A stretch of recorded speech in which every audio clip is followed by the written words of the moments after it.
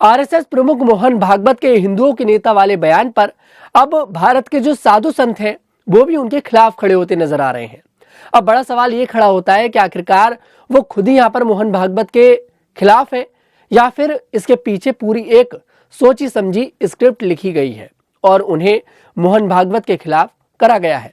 पहले मैं आपको बता दूं कि आखिरकार मोहन भागवत ने कहा क्या था। मोहन भागवत ने कहा था कि जब से राम मंदिर का निर्माण हुआ है उसके बाद से कुछ लोग मंदिर और मस्जिद के विवाद को खड़ा कर कर हिंदुओं के नेता बनने की कोशिश कर रहे हैं। हमारे देश में कोई भी अल्पसंख्यक नहीं है, कोई भी बहुसंख्यक नहीं है, सभी समान है। अब देखिए, मोहन भागवत ने यहाँ पर एक मैसेज देने की कोशिश करी थी। इसका कारण यह भी है कि इस समय हमारे देश में मंदिर और मस्जिद का जो विवाद है हर जगह देखने को मिल रहा है। चाहे आप बात कर लें उत्तर प्रदेश के संभल की या फिर बात कर लें राजस्थान के अजमेर की, हर तरफ बस मंदिर और मस्जिद का विवाद है, जिस कारण हमारा देश बढ़ता हुआ नजर आ रहा है। जहां देखो वहां खुदाई चल रही है। इससे पहले भी मोहन भागवत कई बार ये वाली बात कह चुके हैं।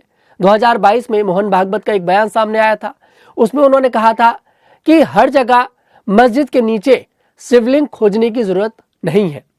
मतलब यहाँ पर मोहन भागवत के एक के बाद एक बयान जो भारतीय जनता पार्टी के खिलाफ आ रहे हैं। अब ऐसे में मोहन भागवत के खिलाफ हमारे देश के साधु संत भी हो चुके हैं। स्वामी रामभद्राचार्य जी महाराज ने मोहन भागवत के लिए कहा है, उन्होंने कहा कि मोहन भागवत हमारे अनुशासक नहीं है।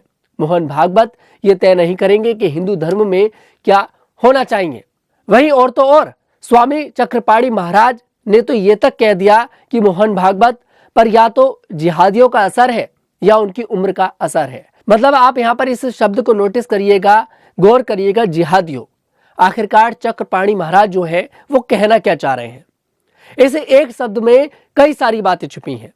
अब इसी के बाद ये बड़ा सवाल खड़ा हो रहा है कि आखिरकार इन साधु संतों को मोहन भागवत के खिलाफ करा गया है या फिर ये मोहन भागवत के जो विचार हैं उनसे मेल नहीं खाते हैं। अब देखिए, बड़ा सवाल ये भी है कि 4 जून 2024 के बाद से जिस तरह से मोहन भागवत एक के बाद एक बड़ा बयान दे रहे हैं और कहीं ना कहीं बीजेपी पर निशाना साध रहे हैं। दरअसल मोहन भागवत अपने बयान के जरिए किस पर निशाना साध रहे हैं, यहाँ पर यह भी गौर करना जरूरी है कि आखिरकार मोहन भागवत किसे हिंदुओं का बड़ा नेता बता रहे हैं। आखिरकार ये बात वो किसके लिए कह रहे हैं। ये बात तो देखिए सबको पता है कि आखिरकार जमीन में खुदाई का काम कहाँ से शुरू हुआ। शुरुआत हुई उत्तर प्रदेश से। उत्तर प्रदेश से ही ये पूरी जड़ निकली। अब क्या मोहन भागवत योगी आदित्यनाथ पर हमला कर रहे हैं? खैर, ये तो आने वाले समय में ही पता लगेगा। लेकिन यहाँ पर गौर करने वाली बात यह है कि 4 जून 2024 के बाद से लगातार मोहन भागवत इस तरह के बयान दे रहे हैं जो भारतीय जनता पार्टी को परेशान कर रहे हैं। मोहन भागवत ने कहा था कि इंसान को अहंकार से दूर रहना चाहिए।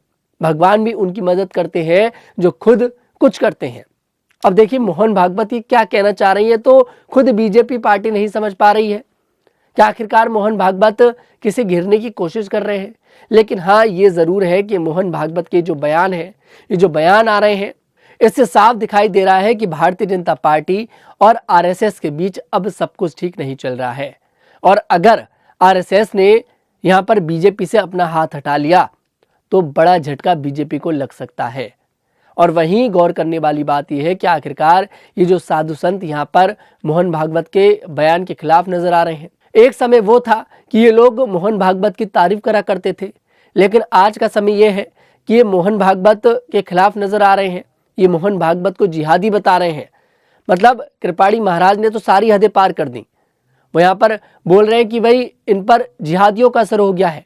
मतलब ये बातें देखिए अच्छी नहीं लगती सुनने में अगर गौर करी जाए तो। आप एक संघ के प्रमुख को जिन्होंने अपने आप को हिंदुओं को समर्पित करा है हमेशा, अगर इस बार उन्होंने एक ऐसा मैसेज देने की कोशिश करी जिससे देश में शांति बनी रहे, जिससे देश में दंगे फसाद ना हो, तो क्या इस तरह से उनके खिलाफ हमारे देश के साधु संत खड़े हो जाएंगे? तो बस यही सवाल है कि आखिरकार क्या भाई इनके पीछे बीजेपी का हाथ है? क्या इसके पीछे मोदी और शाह का हाथ है?